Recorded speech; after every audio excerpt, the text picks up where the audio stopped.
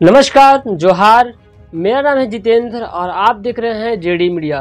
चलिए जानते हैं झारखंड की 25 बड़ी खबरों को।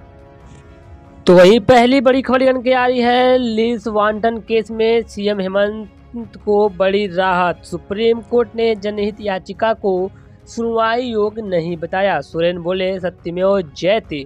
झारखंड के मुख्यमंत्री हेमंत सोरेन को सुप्रीम कोर्ट से सोमवार को बड़ी राहत मिली है। झारखंड हाईकोर्ट में चल रहे लीज क्वांटम मामले को सुप्रीम कोर्ट ने सुनवाई योग्य नहीं माना है। इस मामले में झारखंड हाईकोर्ट ने लीज आवंटित करने और उनके करीबियों द्वारा सेल कंपनी में निवेश से संबंधित याचिका को सुनवाई योग्य माना था, जिसे सरकार और सीएम ने चुनौती दी थी। चीफ जस्टिस यू ललित और जस्टिस रविंद्र भट्ट और जस्टिस सुधांशु धुलिया की बेंच ने फैसला सुनाते हुए कहा, झारखंड हाईकोर्ट में जो केस दर्ज है वो चलने लायक ही नहीं है। सुप्रीम कोर्ट ने 17 अगस्त को हेमंत सोरेन और राज्य सरकार की अपील याचिका पर सुनवाई पूरी करने के बाद फैसला सुरक्षित रख लिया है। तो वहीं अगली बड़ी खबर निकल के आ रही है। मुख्यमंत्री के वकील ने चुनाव आयोग को लिखी चिट्ठी। चुनाव आयोग ने से कहा, फैसला देने से पहले हमारी भी सुने। पता चले कि झारखंड के मुख्यमंत्री हेमंत सोरेन के खिलाफ ऑफिस और प्रॉपर्टी वाले मामले में चुनाव आयोग को हेमंत सोरेन के वकील वैभव तोमर ने चिट्ठी लिखी है। इस चिट्ठी में चुनाव आयोग से मांगी गई दूसरी राय वाले पत्र की कॉपी उपलब्ध कराने की मांग की है। इस चिट्ठी में राज्यपाल रमेश बैस के बयान का भी जिक्र किया गया है। तो वहीं अगली बड़ी खबर क्या रही है। डीपीआर रिम्स में नेत्र संस्थान को अब फंक्शनल बनाने के लिए चाहिए 45.6 करोड़। क्षेत्रीय नेत्र संस्थान का 80% काम 39.5 करोड़ पे हो गया। आप कहते हैं कि झारखंड में क्षेत्रीय नेत्र संस्थान का सपना देख रहे लोगों को इसके लिए अभी लंबा इंतजार करना पड़ेगा, क्योंकि 80% काम पूरा होने के बाद रिम्स ने पुराने एजेंसी को हटा दिया है। अब नए सिरे से टेंडर करने की तैयारी पूरी कर ली है। इसके लिए डीपीआर को संशोधित कर 85.2 करोड़ रुपए किया गया है। डीपीआर में कहा गया है कि संस्थान को पूरी तरह फंक्शनल बनने के लिए इतनी राशि बढ़ाने की ज़रूरत है। जब निर्माण कार्य 2014 में शुरू हुआ था, उस समय डीपीआर 39.55 करोड़ का पास हुआ था। तो वहीं अगली बड़ी खबर क्या रही है। आयकर छापेमारी का तीसरा दिन खत्म। पता चले कि छापे में 2.10 करोड़ कैश मिले। विधायक अनूप को पूछताछ के लिए 21 तारीख को बुलाया गया है। आपको बता दें कि झारखंड सहित 3 राज्यों में 70 ठिकानों पर चल रही आयकर विभाग की छापेमारी तीसरे दिन रविवार को खत्म हो गई। ये छापेमारी में कुल 2.70 करोड़ रुपए कैश, जेवरात और संपत्तियों और निवेश के कागजात मिले हैं। इन कागजातों की जांच की जा रही है। इस बीच आयकर विभाग ने विधायक अनूप सिंह को पूछताछ के लिए 21 नवंबर को रांची ऑफिस में बुलाया है। तो वहीं अगली बड़ी खबर निकल के आ रही है। पुलिस की कार्रवाई का बड़ा जोर। 10,000 की अफीम के बरामद। नशा देती है 1 बोतल सिरप। 114 बोतल के साथ युवक हुआ गिरफ्तार। बताते कि बरियातू थाना क्षेत्र के चिंदौरी रोड स्थित बोटिया पेट्रोल पंप के समीप से कार में भरकर 114 बोतल नशीला दवा ले जा रहे तस्कर को गिरफ्तार किया गया है। उसका नाम हामिद खान है और वह पिटोरिया का रहने वाला है। हामिद की कार से ओनोरेक्स ब्रांड का 114 बोतल सिरप बरामद किया गया, जिसे पिटोरिया में खपाने का प्लान था। 1 बोतल की कीमत 250 रुपये बताई जा रही है।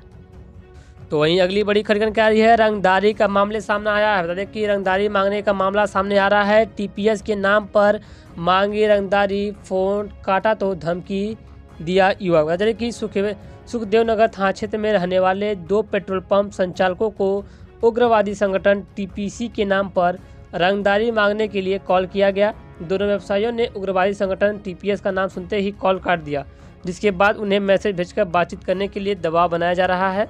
दोनों व्यवसायी सुखदेव नगर थाना क्षेत्र का ही रहने वाले हैं। एक व्यवसायी का पेट्रोल पंप रातू रोड में, जबकि दूसरे का रातू में है। दोनों व्यवसायी ने पूरी घटना की जानकारी पुलिस को दे देते हुए बताया कि उनके मोबाइल पर अनजान नंबर से फ़ोन आया। फ़ोन करने वाले ने खुद को टीपीसी का आदमी बताया, तो इनकी ओर से फ़ोन काट दिया गया। इसके बाद भी वह लगातार संपर्क साधने का प्रयास करता रहा, लेकिन फ़ोन नहीं उठाया गया। फ़ोन नहीं उठाने का बाद मैसेज से बात करने की नसीहत दी गई। बातचीत नहीं करने पर अंजाम भुगतने के लिए तैयार रहने की धमकी भी मिली है। तो खुद को टीपीएस का उग्रवादी बताते हुए धमकी दे रहा है। पेट्रोल पंप संचालक है तो रंदाई देनी होगी। इसके बाद घटना की जानकारी पुलिस को दी गई है। फ़ोन करने वाले के बाद पता लगाने में पुलिस जुट गई है। तो वहीं सबसे बड़ी और दिल दहला देने वाली खबर आ रही है लालपुर से। पता चले कि आग लगी की घटना। डिस्टिलरी पुल के पास कबाड़ी गोदाम में लगी आग। 3 घंटे तक उठती रही लपटें। देर रात तक बुझाते रहे दमकल आर्मी।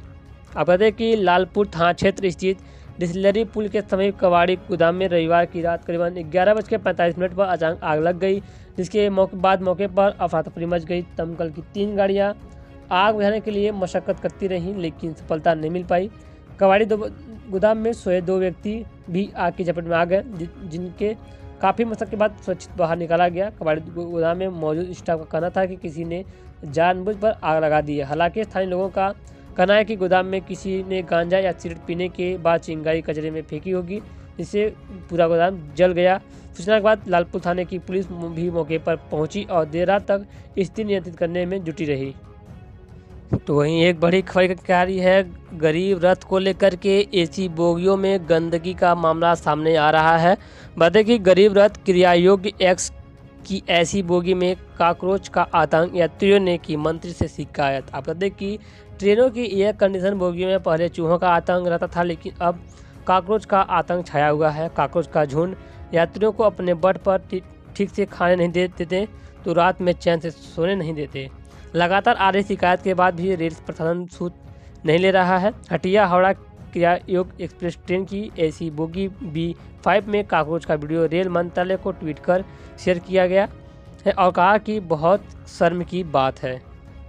तो वहीं एक बड़ी खबर, विवाद पर विराम। चुटिया पावर हाउस के पास ROB नहीं, अब अंडरपास बनेगा, नहीं टूटेंगे घर। रेल मंत्री ने दिया सर्वे का आदेश। पता चले कि घर टूटने के विवाद की वजह से चुटिया पावर हाउस के पास रेलवे ओवरब्रिज बनने के काम पर अब विराम लग गया है। अब नए सिरे से प्रोजेक्ट शुरू होगा, जिससे वहां रह रहे लोगों के घर नहीं टूटेंगे।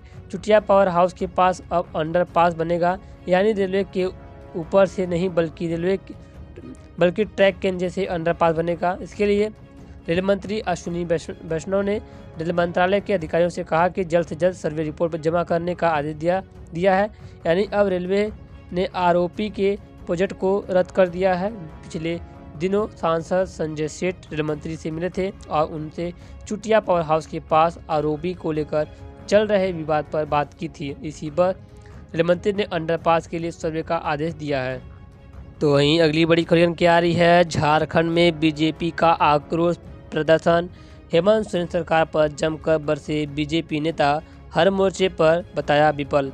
बजले के खरसावां से एक बड़ी रिपोर्ट सामने आ रही है। राज्य सरकार की नीतियों के विरोध में सरायकेला खरसावां जिले के कुंचाई प्रखंड मुख्यालय में सोमवार को भाजपा ने आक्रोश प्रदर्शन किया। पार्टी कार्यकर्ता कुंचाई स्थित भाजपा कार्यालय से जुलूस की शक्ल में कुंचाई साप्ताहिक हाट, कुंचाई मुख्य बाजार होते हुए प्रखंड कार्यालय के समक्ष पहुंचे और विरोध प्रदर्शन किया। इस दौरान राज्य सरकार के खिलाफ जमकर नारेबाजी की गई। भाजपा ST मोर्चा के प्रदेश कोषाध्यक्ष गणेश माहली ने राज्य सरकार पर आदिवासी, किसान, युवा व महिला विरोधी होने का आरोप लगाया।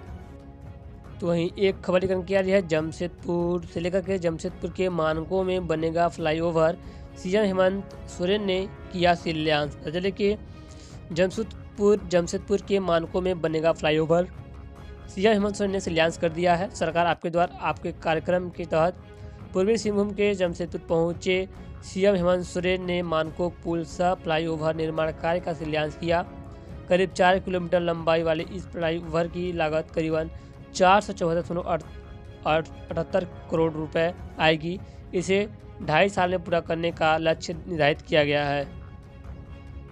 तो वहीं अगली बड़ी खबर क्या है, धनबाद में कोयले के वर्चस्व को लेकर चली गोली, आगजनी, कई हुए घायल। बता कि धनबाद जिले के फुलारी डांट, मधुबन थाना क्षेत्र के खरखरी, सीनीडीह व टोड़ा में कोयले में वर्चस्व को लेकर 2 पक्षों में हिंसक झड़प हुई, जिससे दोनों पक्षों की ओर से गोलियां चली।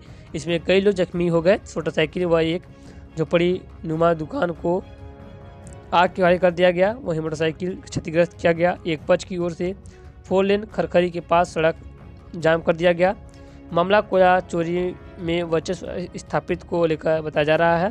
सूचना मिलते ही मधुबन सहित कई थाना की पुलिस घटनास्थल पर पहुंची। मामले को सांप्रदायिक रंग से देने प्रयास किया, लेकिन स्थिति को नियंत्रित कर लिया गया।